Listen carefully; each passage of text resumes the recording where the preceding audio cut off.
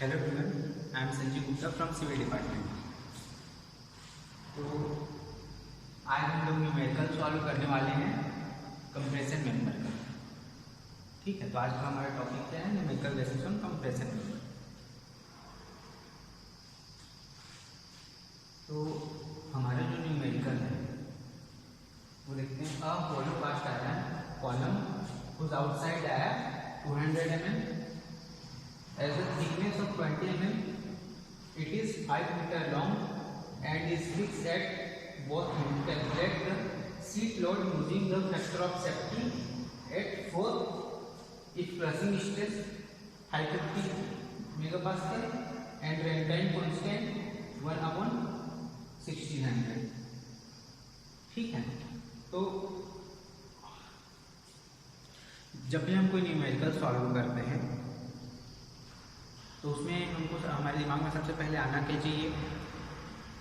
सबसे पहले तो हमको क्वेश्चन को एकदम बारीकी से पढ़ना चाहिए, ठीक, ताकि हर एक पॉइंट हमको याद आ सके।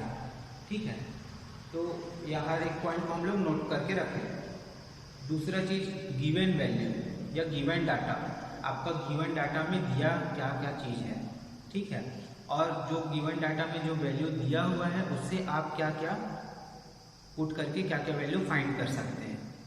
तो सबसे पहले बारीकी से क्वेश्चन को पढ़ना है। सेकंड स्टेप क्या है हमारा? जो गिवन डाटा है वो। थर्ड स्टेप क्या होना चाहिए कि आपका जो सॉल्यूशन है आप स्टेप वाइज उसको बनाएं, ठीक है, ना कि किसी भी वैल्यू को हम कहीं भी फाइंड कर दे रहे हैं। ठीक, जैसे अभी हम लोग जो ये क्वेश्चन बनाएंगे, अगर इसको हम लोग स्टेप वाइज नहीं बनाते हैं तो क्या होगा? कंफ्यूजन क्रिएट हो जाएगा। ठीक है, और जैसे कि हम लोगों ने क्वेश्चन पढ़ा, लास्ट में यहाँ पास दिया हुआ है रैंकाइन कांस्टेंट। इट मींस इसमें हमको क्या करना है? रैंकाइन का फॉर्मूला अप्लाई करना पड़ेगा। और कौन से कंडीशन का? When both and fix. Rankine का बोथ एंड फिक्स का फॉर्मूला पुट करके हमको क्या निकालना पड़ेगा? Sheet load. ठीक, अगर हमने क्वेश्चन को बारीकी से नहीं पढ़ा होता और इस लाइन को हमने नहीं पढ़ा होता तो हो सकता है हम इसको कुछ दूसरा फॉर्मूला अप्लाई कर लेते, जैसे यूलर्स फॉर्मूला के थ्रू हम लोग सॉल्व कर सकते हैं। ठीक, तो और इसमें दिया क्या क्या हुआ है? गिवन में क्या है? आउटसाइड डायमीटर 200 mm, थिकनेस दिया हुआ है 20 mm, लेंथ दिया हुआ है 5 मीटर, ठीक है, फैक्टर ऑफ सेफ्टी दिया हुआ है 4, क्रशिंग स्ट्रेस दिया हुआ है 550 मेगापास्कल, रैंकाइन कांस्टेंट आपका दिया हुआ है 1/1600, 16, ठीक है, 1600। तो हम लोग क्या करेंगे जब भी कोई क्वेश्चन सॉल्व करते हैं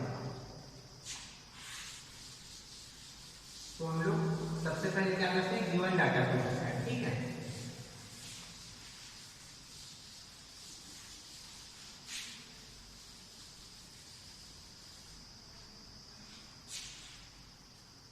तो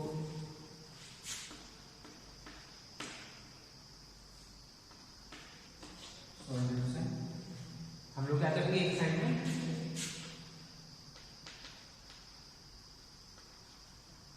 गिवन डाटा लिख लेंगे। तो गिवन डाटा में दिया क्या क्या हुआ है? B is equal to capital D, outer व्यास कैपिटल डी है हमारा, ठीक है, 200 mm। उसके बाद क्या दिया हुआ है? Thickness T is equal to 20 mm। उसके बाद क्या दिया हुआ था?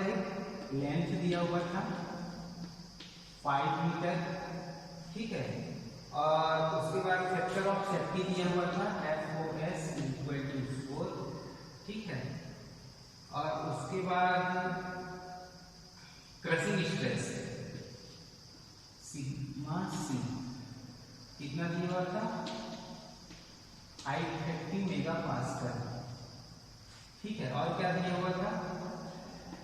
Rankine constant. तो इतना चीज आपका जो है वो गिवन डाटा है, ठीक। तो फर्स्ट स्टेप तो हमारा हो गया गिवन डाटा का। सेकेंड स्टेप जो सबसे मेजर चीज़ है, जिसकी वजह से सबसे ज़्यादा गलतियाँ होती हैं न्यूमेरिकल्स में, और मैक्सिमम टाइम चांसेस यही पास गलती होने के रहते हैं। ठीक है, अगर आपने यहाँ सही कर लिया है और आपने सही फॉर्मूला अप्लाई किया है, सही स्टेप्स फॉलो किए हैं, तो आप लोग का जो आंसर है वो परफेक्ट आएगा और सही आएगा। ठीक है, लेकिन यहाँ पास आपने अगर ध्यान नहीं दिया, फर्स्ट में आपको ध्यान कहाँ देना है, आपके क्वेश्चन में, क्वेश्चन को बहुत बारीकी से पढ़ना है। दूसरा, यहाँ ध्यान देना है, इसको बारीकी से देखना है कि इसमें हम लोग क्या कर सकते हैं गिवन डाटा में। अब आप लोग को लग रहा होगा गिवन डाटा में हम लोग क्या करेंगे, तो गिवन डाटा में एक्चुअल में क्या होता है, किसी भी न्यूमेरिकल को सॉल्व करने के लिए जो उसका यूनिट रहता है, यूनिट सेम होना चाहिए। अगर मैं फॉर्मूला में पुट कर रहा हूँ और एक को मैं mm में पुट कर रहा हूँ, दूसरे को मीटर में पुट कर रहा हूँ ना, तो हमारे पूरी वैल्यू गलत आएगी। तो या तो हमको पूरी को मिलीमीटर में चेंज करना पड़ेगा, या तो मीटर में चेंज करना पड़ेगा। ठीक है, अगर न्यूटन में है तो पूरा न्यूटन में उसको सॉल्व करिए। किलो न्यूटन और न्यूटन दोनों एक साथ सॉल्व नहीं होगा, पूरी वैल्यूज को न्यूटन में लीजिए। ठीक है, तो हमको जो ये है यूनिट वो सेम करने पड़ेंगे। तो हम लोग क्या करेंगे, अब यूनिट सेम करना है, उसमें करना क्या है, आपको जो चीज़ इजी लग रहा है, अगर सबको आप मिलीमीटर में चेंज करके आप सॉल्व करना चाहते हैं, आपको लग रहा है कि वो ज़्यादा इजी पड़ेगा, तो सभी यूनिट्स को आप मिलीमीटर में चेंज कर दीजिए, वो मेगा पास्कल पास्कल हो जाएगा। ठीक है, और अगर आपको लग रहा है कि मैं मीटर में सॉल्व करना चाहता हूँ, तो जो mm में दिया हुआ है उसको आप लोग मीटर में चेंज कर लीजिए, जैसे हम लोग अभी करने वाले हैं। इसको हमने क्या किया, हमने इसको मीटर में चेंज कर दिया, तो मीटर में क्या होगा 0.2 मीटर, ये क्या होगा 0.02 मीटर। ठीक, अब लेंथ तो हमारा पहले से मीटर में ही दिया हुआ है, तो ये मीटर में ही रहेगा, और ये मेगा पास्कल में है, तो ये एज इट इज रहेगा। ठीक है, अब इसके बाद हम लोग को करना क्या है,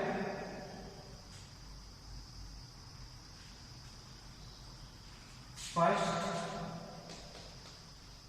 वी कैलकुलेट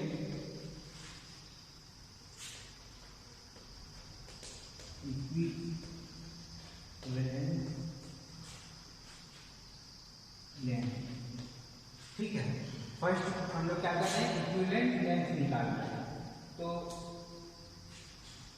अच्छा, इसके बाद इसमें हम लोग एक छोटा सा डायग्राम भी बना लिए रहते हैं, जिससे हमको समझने में आसानी हो। ठीक, तो ये क्या है, आउटसाइड डाया हमारा कितना था 0.2। ठीक, और इसका वैल्यू थिकनेस कितना था 0.02 मीटर। ठीक है, ये चीज हमारे क्वेश्चन में गिवन है। ठीक, तो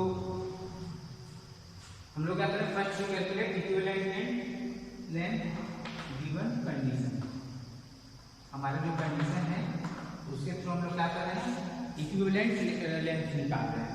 तो इसमें क्या होता है कि जब बोथ यूनिट फिक्स हो, तो बोथ यूनिट फिक्स में क्या होता है, जो इक्विवेलेंट लेंथ है LE, ये क्या हो जाता है L/2 हो जाता है। ठीक है, ये जो कंडीशन है इस फॉर्मूला वाला, ये both and fix, both and hinge, one and fix, one and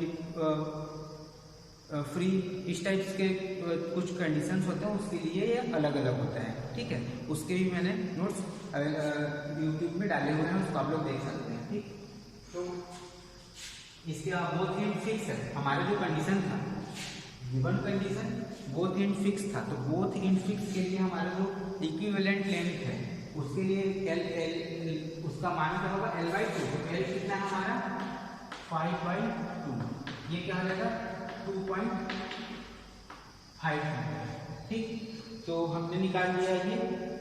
अब हम लोग और क्या निकालेंगे, इनर डाया। अभी हमारे पास क्या है, आउटर डायमीटर है और थिकनेस है। ठीक है, तो हम लोग क्या करेंगे, इनर डायमीटर निकालेंगे। तो इनर डायमीटर, तो स्मॉल d है हमारा क्या, inner diameter is equal to क्या होगा d माइनस डी। ठीक,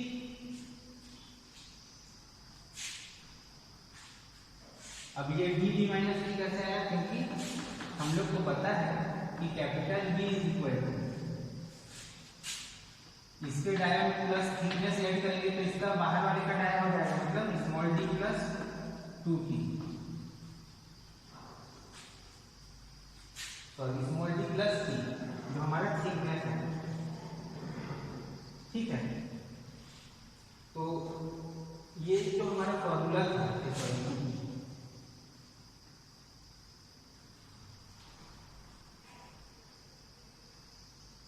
ठीक, तो ये जो हमारा फॉर्मूला था ये हम लोग क्या करेंगे, अप्लाई करेंगे। तो यहाँ से क्या होगा, 2t ट्रांसफर हो जाएगा, तो क्या हो जाएगा, small d is equal to capital D minus 2t। अब इसमें हम लोग क्या करेंगे, वैल्यू पुट करेंगे 0.2 माइनस 2 इंटू 0.02। तो हमारा जो इनर डायमीटर है वो कितना आ जाएगा, 0.16 मीटर। ठीक, ये हमारा क्या आ गया, इनर डाया आ गया। ये हमारा क्या आ गया, इक्विवेलेंट लेंथ आ गया। अब इसके आगे हम लोग क्या करेंगे, इसका हम लोग क्रॉस सेक्शन एरिया निकालेंगे।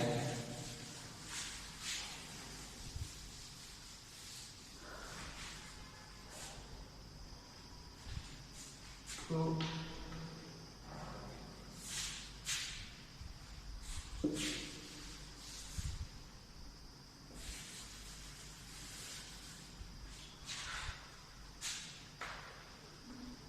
Cross section area of this column, तो क्या हो जाएगा, A इज इक्वल टू 5/4। अब जैसे क्रॉस सेक्शन, ये क्या है, गोलो है, ठीक है, तो क्या हो जाएगा, capital D square minus small d square. ठीक है, अब जब इसमें हम लोग क्या करेंगे, हमारे पास कैपिटल D का वैल्यू भी है, स्मॉल d बाहर आउटर डाया इनर डाया दोनों है, हम लोग इसमें क्या करेंगे, वैल्यू को पुट करेंगे। तो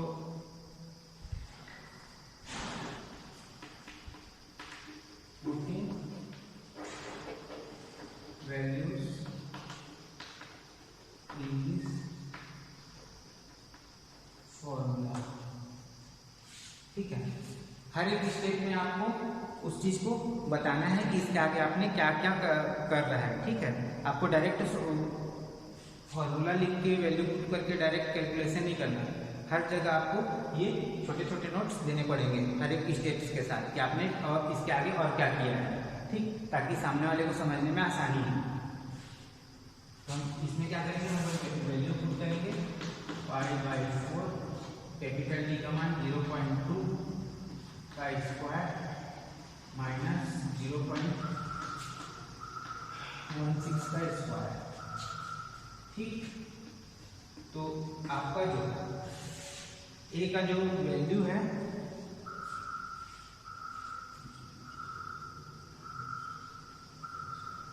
वो कितना आ जाएगा, cross section area 0.013 mm square. ये क्या है, आपका cross section area 0.0113 mm square. ठीक, अब हमने क्रॉस सेक्शन एरिया निकाल लिया है। अब हम लोग क्या करेंगे, इस क्रॉस सेक्शन एरिया का मोमेंट ऑफ इनर्शिया निकालेंगे। ठीक, जो हमारे इससे अगला जो स्टेप है उसको हम लोग क्या करेंगे, मोमेंट ऑफ इनर्शिया निकालेंगे। किसका, इस क्रॉस सेक्शन एरिया का।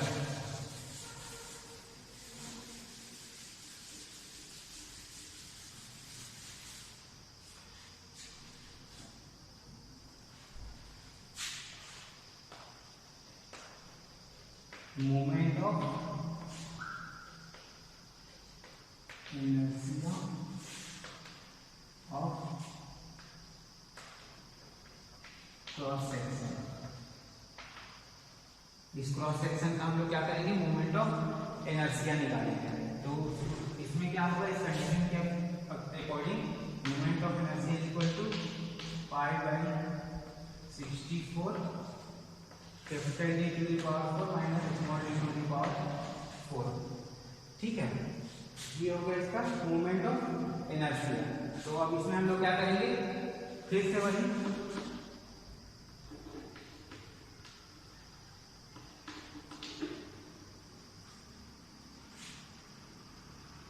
putting the value in this formula या इक्वेशन।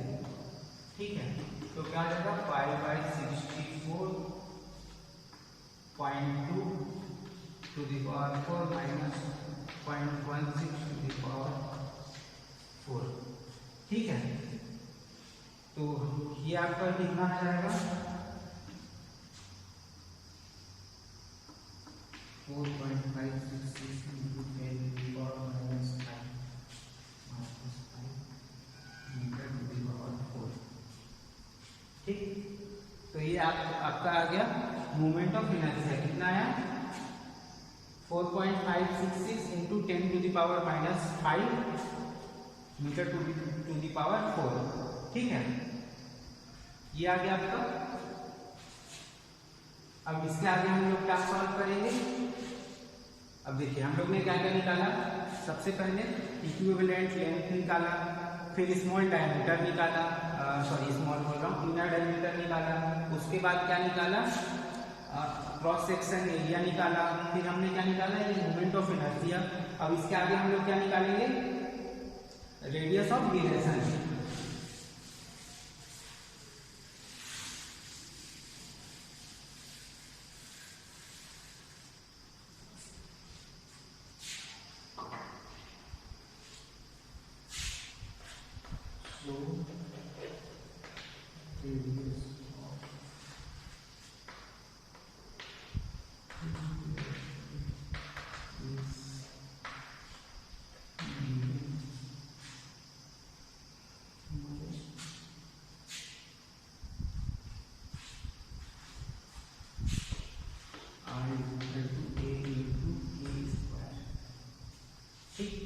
तो इसमें हम लोग को क्या करना है, ये इसको फाइंड करना है। तो ये क्या हो जाएगा, ये जो है जब k² I/a। अब यहाँ स्क्वायर लगा हुआ है तो हम लोग क्या करेंगे, यहाँ रूट लगा सकते हैं k ठीक है। इस स्क्वायर को हटाने के लिए हमने यहाँ पास रूट लगाया। ये जो a यहाँ पास मल्टीप्लिकेशन में ट्रांसफर होने के बाद डिवीजन में आ जाएगा। अब हमारे पास मोमेंट ऑफ इनर्शिया और एरिया क्रॉस सेक्शन एरिया हम लोगों ने निकाल लिया है। तो हम लोग क्या करेंगे, यहाँ से जो रेडियस ऑफ गिरेशन के की वैल्यू उसको फाइंड करेंगे। तो हमारा वैल्यू जो आया था उसको यहाँ पर पुट करेंगे और उसको सॉल्व करेंगे। 4.60 into 10 to the power minus 9 upon 0.3। ठीक, तो ये था हमारा मोमेंट ऑफ इनर्शिया और क्रॉस सेक्शन एरिया की वैल्यू, जिसको हमने यहाँ पास क्या किया है, पुट किया है। तो इसका जो वैल्यू है वो कितना आएगा, k=0.064 मीटर। ठीक, इससे पहले भी हम वही चीज लिख सकते हैं, putting this value in this equation. ठीक है, तो इससे क्या है, हमारा मोमेंट ऑफ रेडियस ऑफ गिरेशन आ चुका है। ठीक है, अब हमारे पास जो शीट लोड कैलकुलेट करने के लिए जो फॉर्मूला होते हैं, सबसे पहले जब आप एक डेरिवेशन को, किसी भी डेरिवेशन को सॉल्व करेंगे ना, तो उसमें जो चीज़ मेन चीज़ है फाइंड करने वाला, उसका आपको प्रॉपर फॉर्मूला पता होना चाहिए। तो प्रॉपर फॉर्मूला आपको जैसे पता रहेगा, जैसे प्रॉपर फॉर्मूला आपको पता रहेगा तो उसी से आपको समझ में आएगा कि हम उस फॉर्मूला में कौन कौन सी वैल्यू अननोन है जिसको आपको फाइंड करना है। उस हिसाब से आपके स्टेप्स तैयार होंगे। ठीक है, तो हमारा क्या हो गया,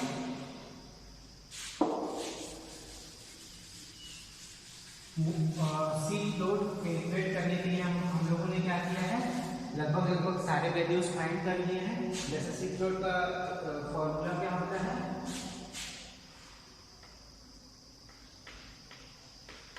PR =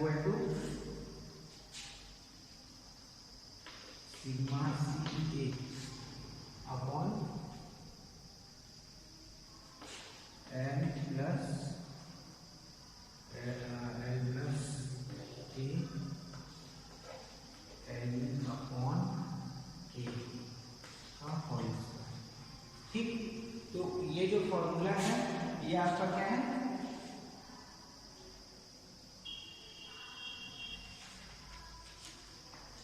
जो सीट लोड है वो कैलकुलेट करने का ये फॉर्मूला है। ठीक, तो हमारे पास क्या क्या है, हम लोगों के पास नहीं था। हम लोगों के पास था ए, ठीक, एल था, सिग्मा सी की वैल्यू थी हमारे पास, ए सिग्मा सी लेंथ, ठीक है, ए और एल ई और के, इन तीनों की वैल्यू हमको, मतलब क्रॉस सेक्शन एरिया और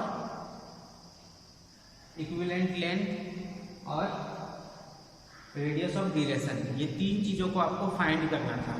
तो जैसे ही आप क्वेश्चन को पढ़ते हैं उसके बाद आप लोग क्या करिए, उसमें जो फाइंड करना है उसका फॉर्मूला लिख लीजिए। उस फॉर्मूला में देखिए कि गिवन डाटा में कौन कौन सी वैल्यू दी हुई है।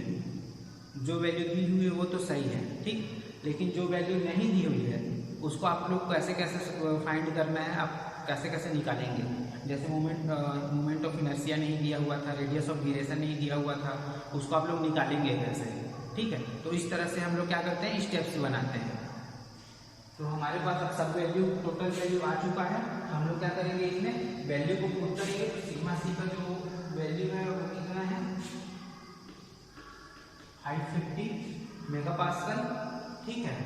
और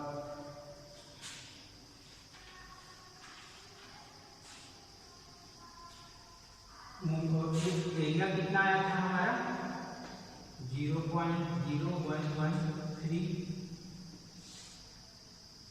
ठीक है।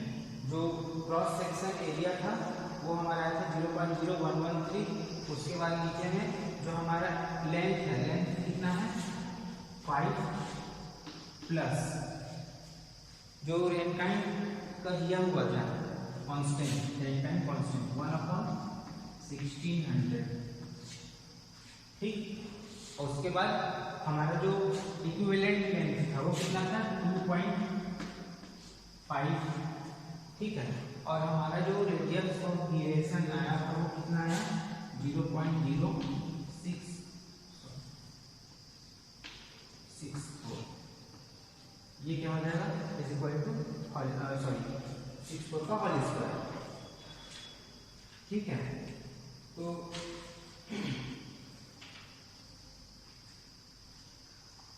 जब इस वैल्यूज को हम लोग सॉल्व करेंगे तो हमारा जो आएगा 3.18 इंटू 10⁶ किलो न्यूटन।